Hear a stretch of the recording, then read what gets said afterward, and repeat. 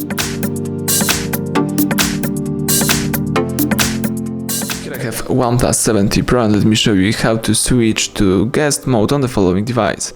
So at the very beginning, let's start by using the home screen. Let's open the list of all apps, choose here settings.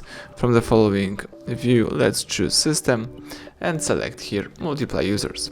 So here you can use two default users, the owner and the guest. You can also add some new users and set up this user as you need.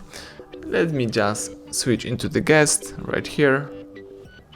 The phone is switching to guest, and in the guest mode you can just use the basic stuff on your device. You can't uninstall apps, you can't change some settings, you can just use the device to the following apps.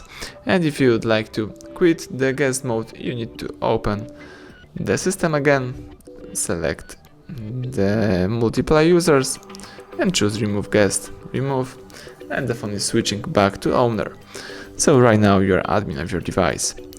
So that's it, everything went well, thank you for watching, please subscribe our channel, leave thumbs up under the video.